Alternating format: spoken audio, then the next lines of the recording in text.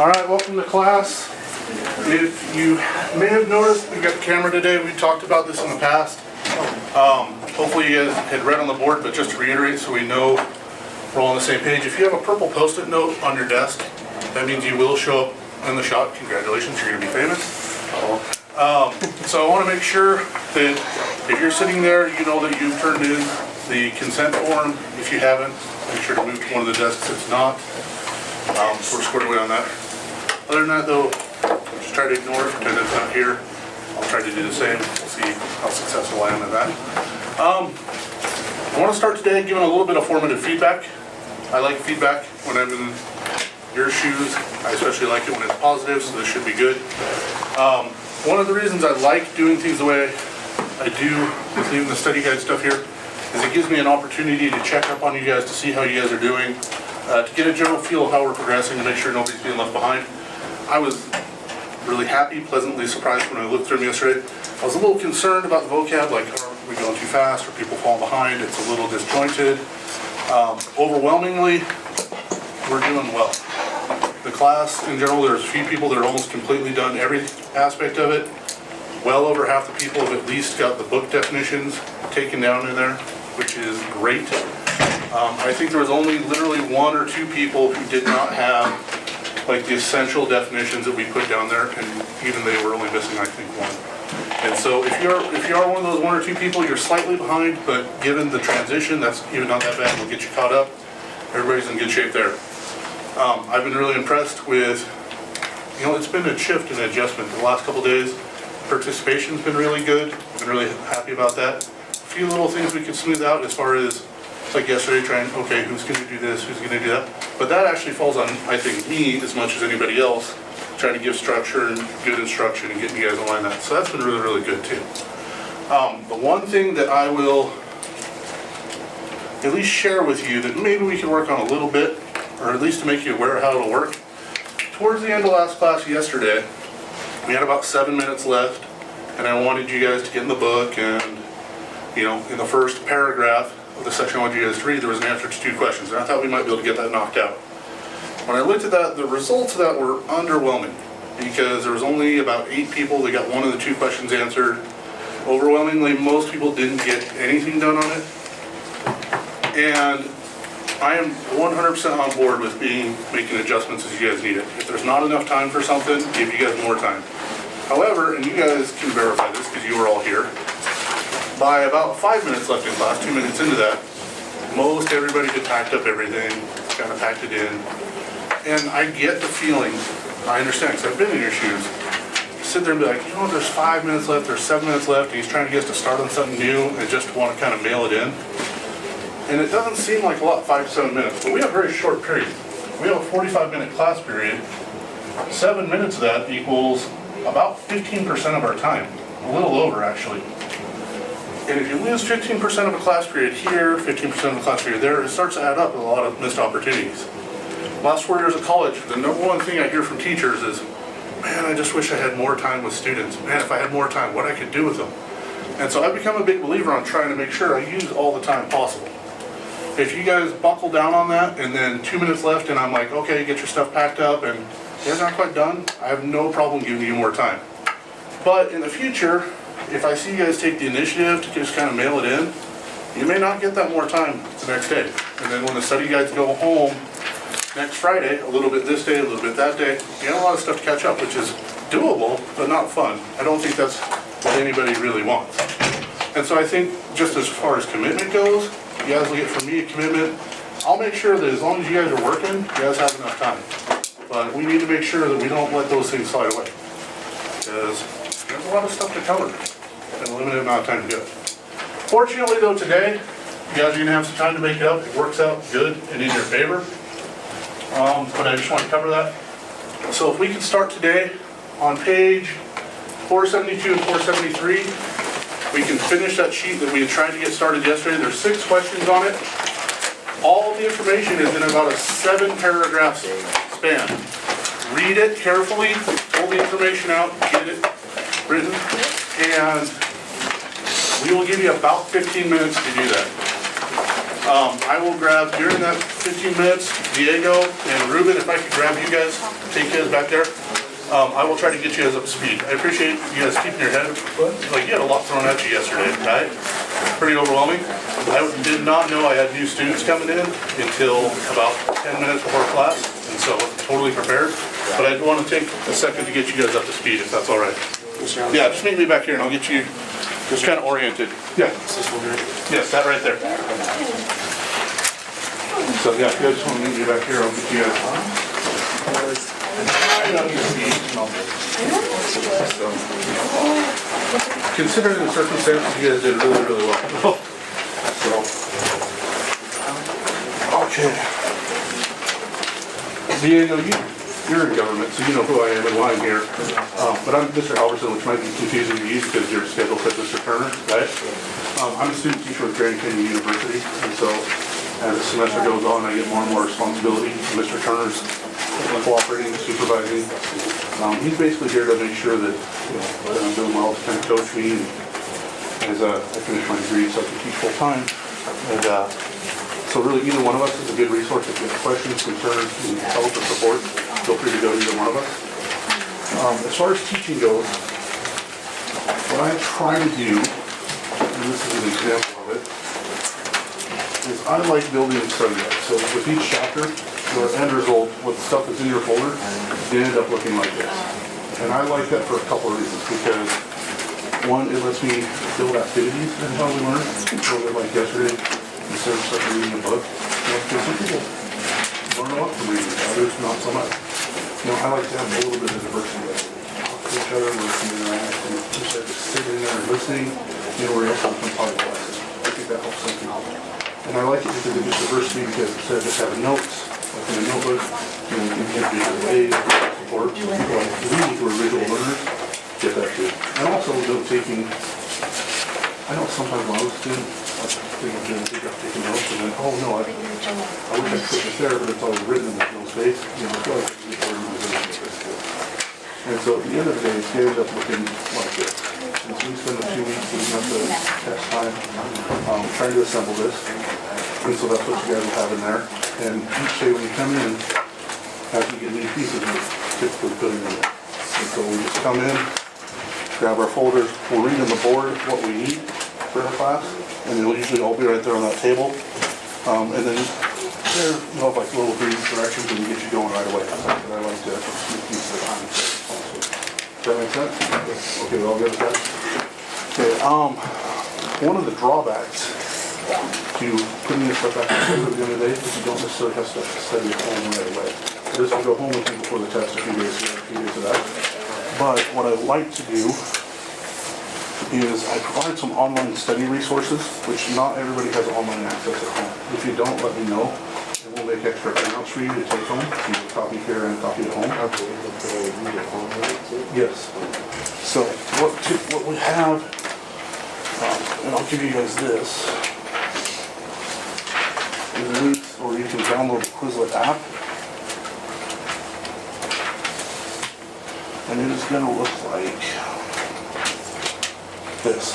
And so you'll use that link to get on, join the class. And they'll have a thing where it says like, oh, you can register and sign up for it. You don't need any of those features, just the free stuff.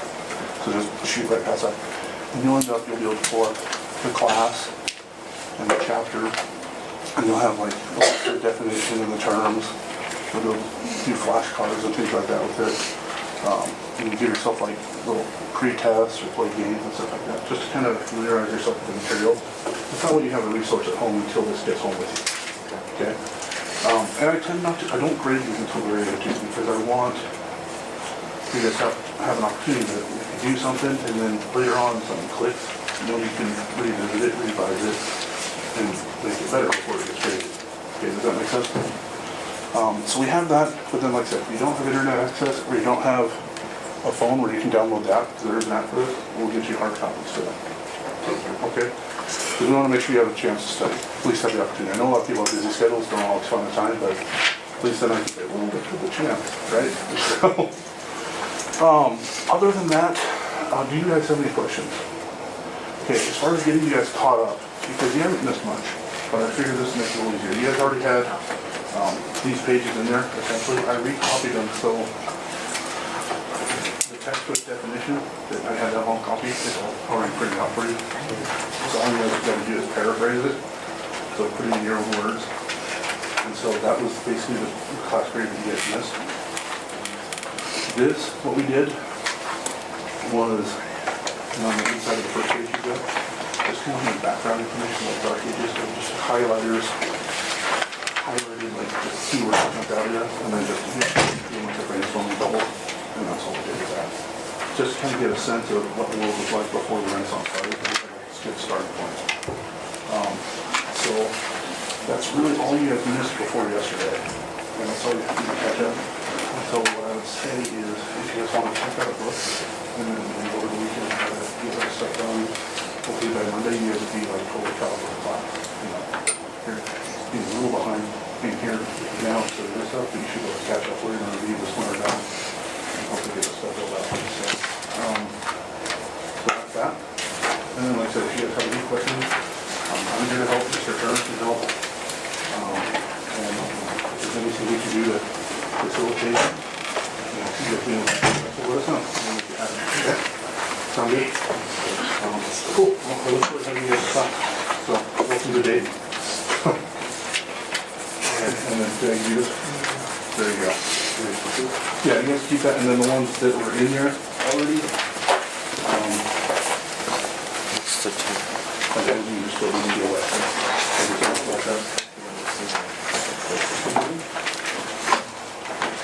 Okay, you guys are doing well. We got about 4 or 5 more minutes, maybe a little more than that, and then we'll go over it, review it. So keep up the good work.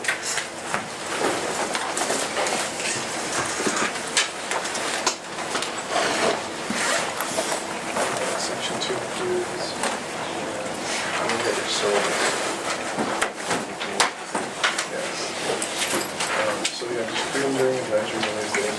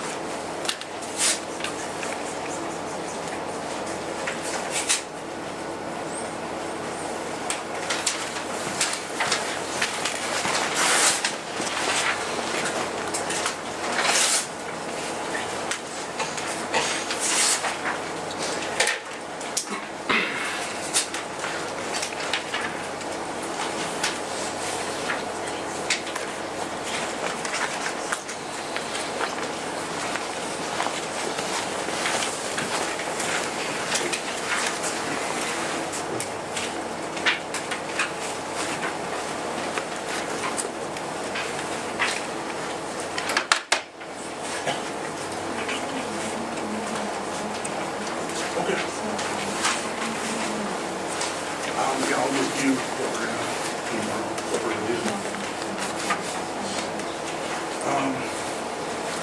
Not something necessarily that you're gonna be able to do, it's able to do, so I'll give you the notator sheets, but then at some point in time, next week, Monday, Tuesday, if you want to furnish the meals, it's got it. You just go through and take the notes, make sure you have the notes. Revise or something afterwards, and we can show you what we did. All right.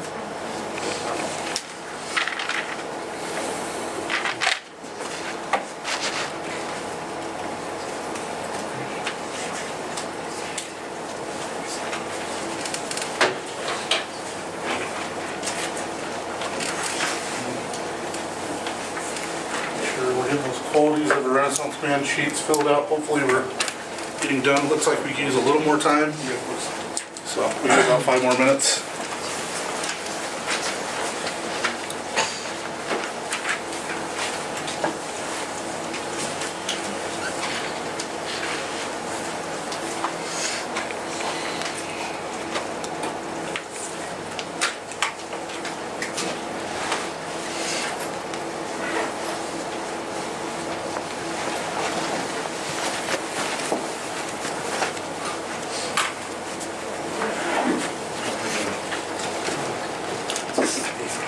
Just office. Why not? That's the issue. You can survive it, but there are more graduates than I think so.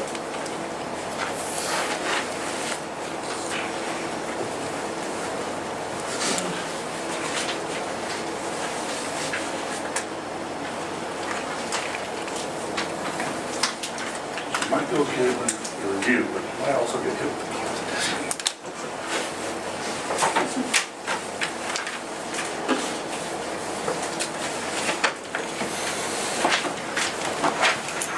How are we doing on that? Researching something productive on the phone? Yes, not nothing important about it, right? Yeah. I'll tell myself that.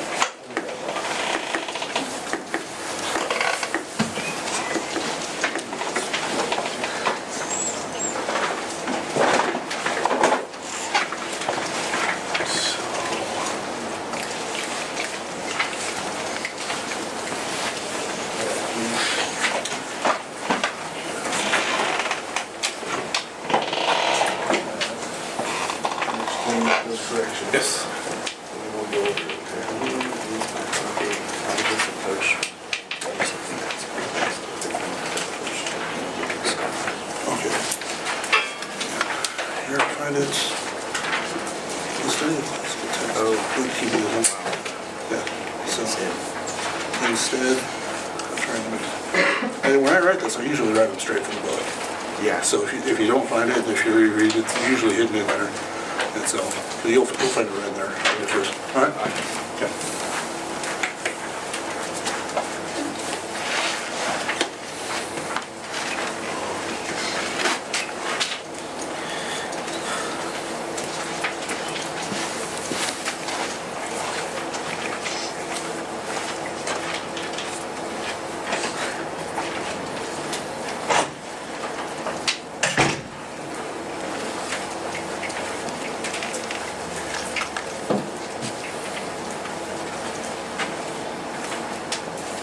Okay, hopefully we're wrapping up right about now. A few of you are still working, but don't want to hold everybody up just because of that. You guys will have the opportunity to review this, kind of follow along as we're reviewing. We're going to go over the information, try to get it filled out then, and make sure it sticks as best as possible. So, Cards of Destiny. I like these things. So, number 1, Juliana Montes. What did we get? Don't know yet. Okay, so we'll be listening hard to make sure we get it when we got this, right? Ariana, Humanism. humanism, okay?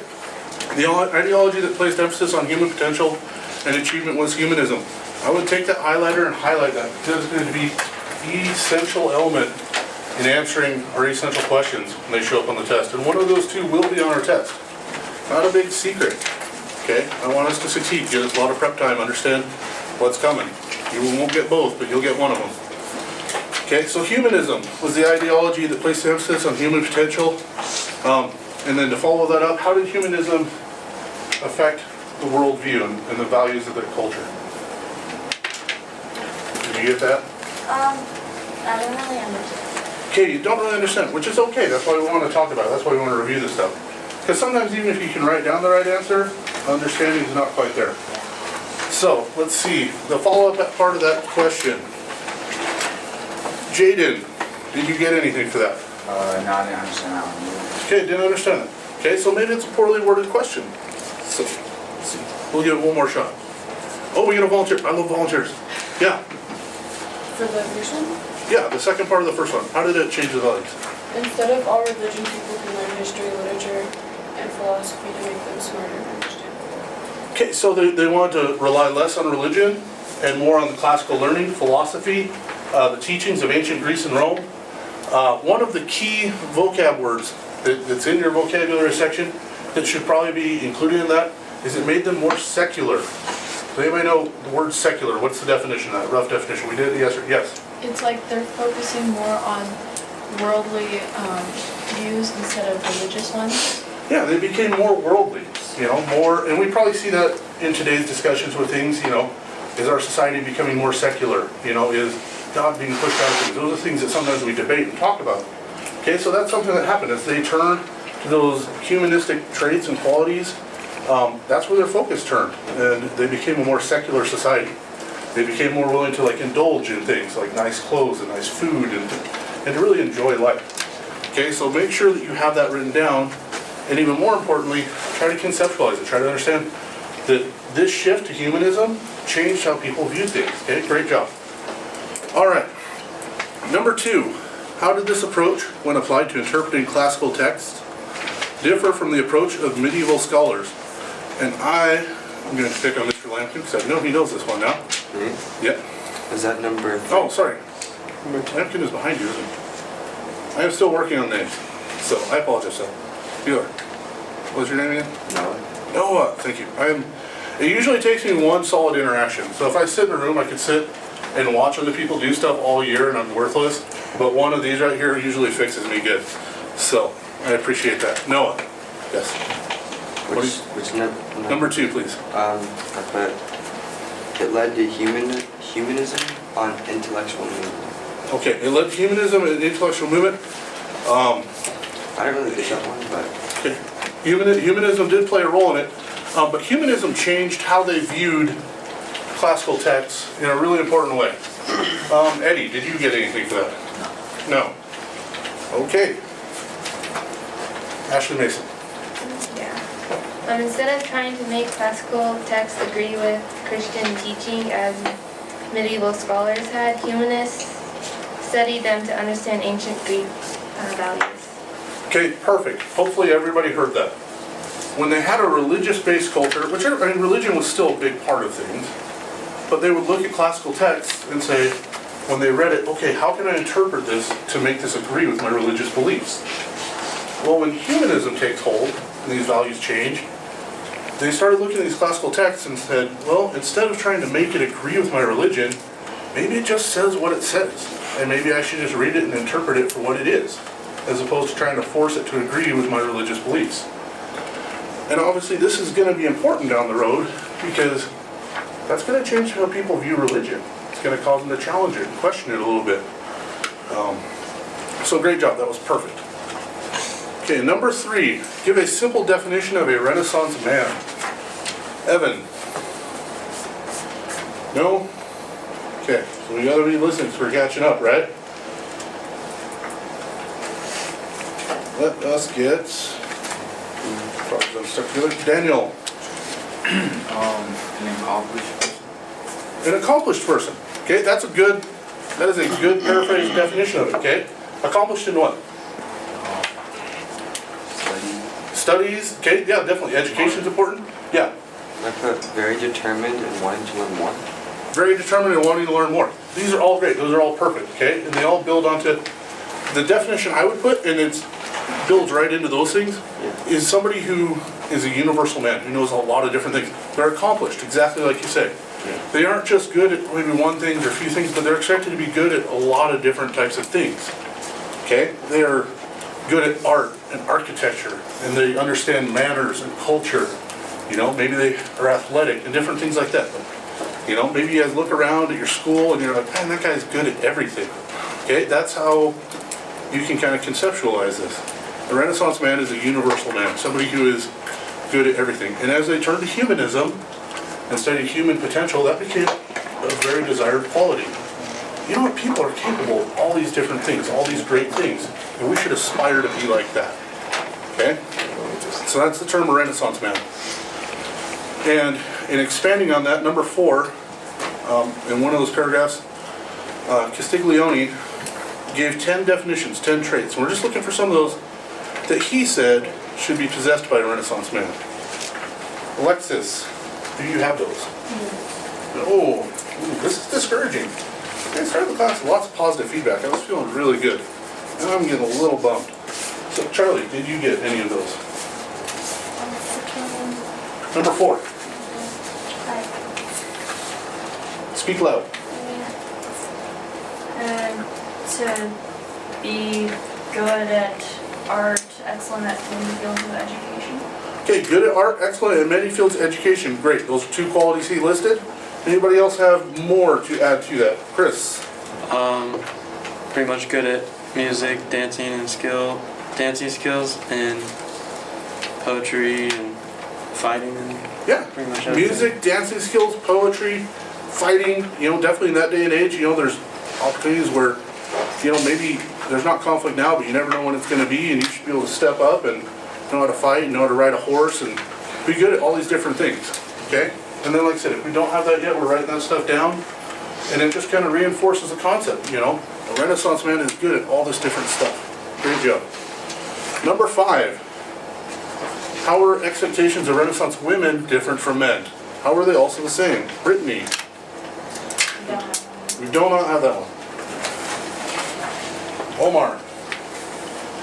Women did not need to be famous, and they rarely created art, and both should know the classics and be charming, and they both inspired art. Perfect. That is an excellent answer. Very well done. Okay, so we expect Renaissance women during that time to, you know, you should be charming, you should like manners, you should be a classy lady. But you know what? You don't need to be famous. You don't need to create art. That's man stuff.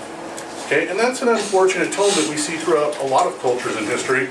And in some ways, we're still trying to break through those things today. You know, the thing of women should be, you know, seen but not heard. You know, they should be in the background and not necessarily get credit. When in reality, throughout history, they've done a lot of really amazing things, but seldom ever got the credit that they deserve for it, and have always had to fight limited opportunities. You know, while the Renaissance was a time where there was great advancement, you know, in areas like that, they still lag behind what, by today's standards, we would consider something that we're trying to aspire to, you know, a more level playing field where there's equality and opportunity for women.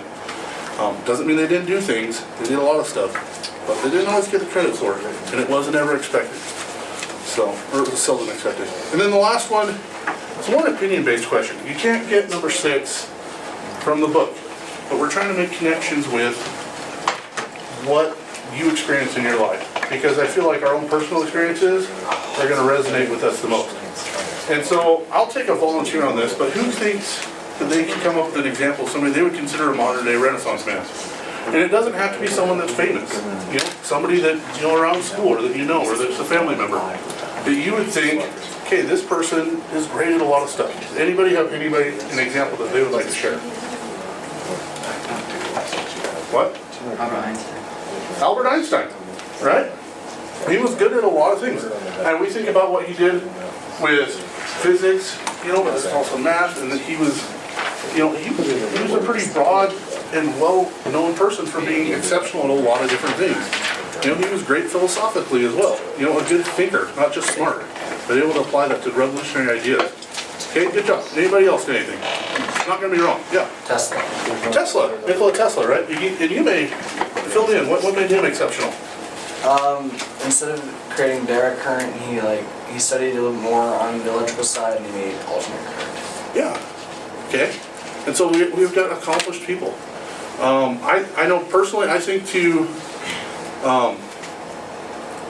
people in my life sometimes. Like, I remember, do you have any girl basketball players in here? No? No? You guys at least know? Okay, you guys at least know our varsity coaches here. Kelly Friends. Miss Friends, Coach Friends.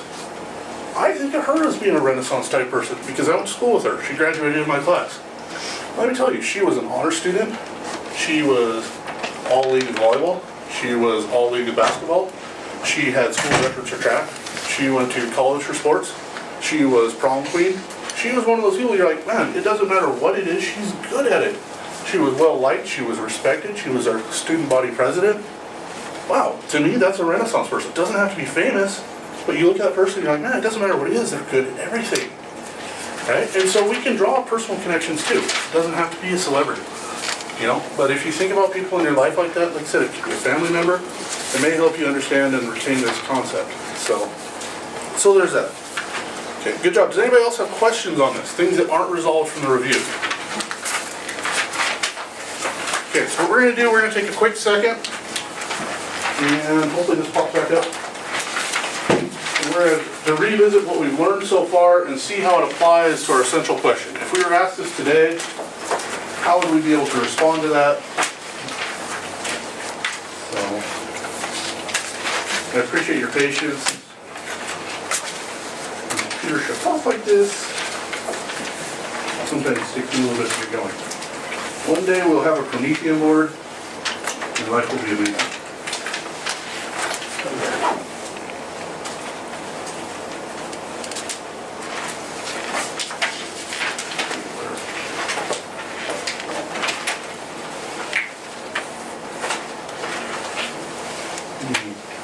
That's crazy. It's not matching.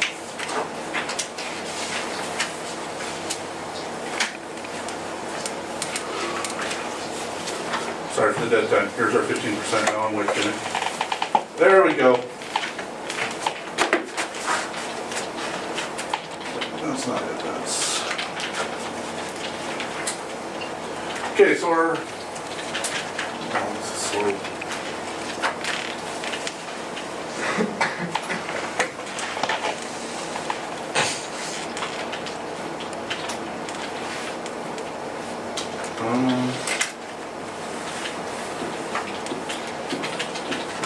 There we go. So our essential question, and I give us a framework. So think of this as kind of I'm scared in the car, but you guys are going to give it the gas. How did the Renaissance affect man's view of man? How did those changes reshape European society?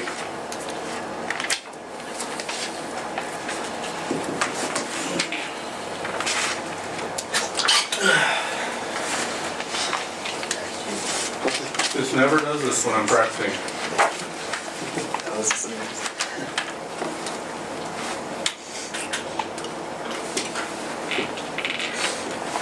Okay, cooperate.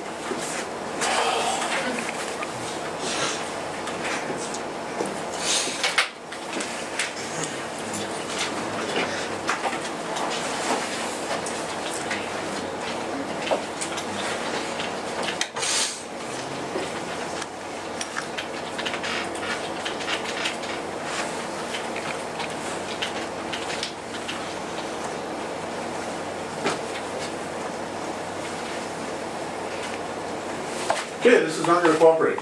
So, lesson in education, sometimes you've got to improvise. So I will try to do this orally. Are you serious? There we go.